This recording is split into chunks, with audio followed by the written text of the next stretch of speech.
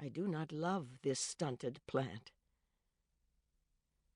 Grief is in two parts. The first is loss.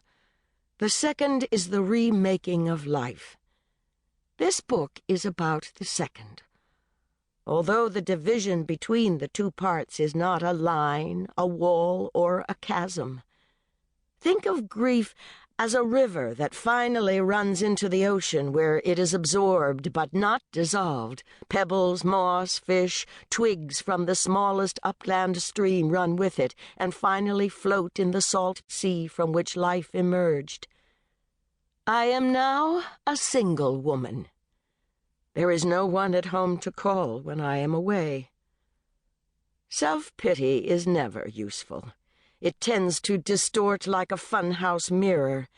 Nevertheless, I indulge myself, heavy helpings of self-pity. Then I stop. I am going out on a date. I have spoken to a stranger, a man, and arranged to meet him for lunch at a cafe a few blocks from my building. He sent me a letter in response to a personal advertisement my grown daughters placed for me in the New York Review of Books. It said that I was a writer. It said that I was attractive. They think so, or else they were lying. They said that I loved the ocean and books. That was true. I didn't read the ad. I was embarrassed. But I was pleased they placed it. Why not? Who knows what waits for me out there among the throngs of divorced and wifeless hordes who might be willing to meet me over the hill? Once I had read in an Edmund Wilson essay of his dislike of women past menopause. He said they were like dried fruits withered on the vine. The juice was gone.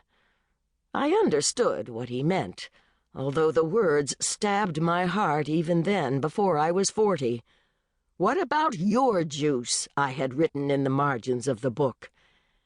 But I knew that crones were female, and old men were kings, stallions, and producers of heirs. Saul Bellow had a baby at the age of 83. He didn't live long enough after that for her to play Cordelia to his Lear. The stranger had written a charming letter. He loved books, he loved music, he had wanted to be a writer but had become a public relations executive. He was divorced, and he was 69 years old. His letter was on gray stationery with a red border. I will call him PJ. I phoned.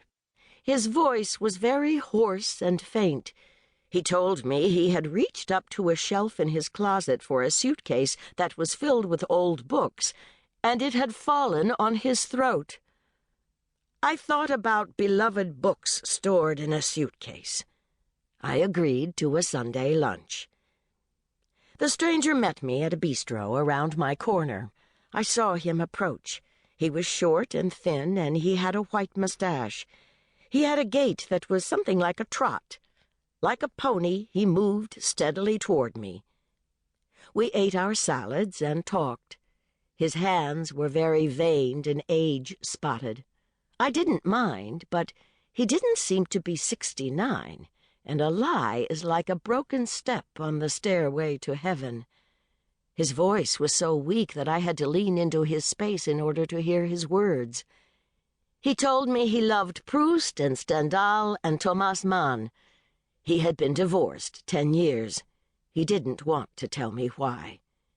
His hands shook and trembled. Did he have a disease, or was he nervous? He never had any children. He wanted to retire to the Caribbean. He told me that customs had changed since I was a girl and asked me if I understood what was expected in today's dating world. His hand was on my knee. His other hand was stroking my arm up and down as if I were a horse's nose.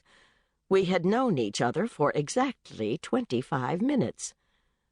How does a suitcase on a closet shelf fall on a throat? I tried to imagine it. The stranger told me about his love of Melville. I am prone to like men who like Melville.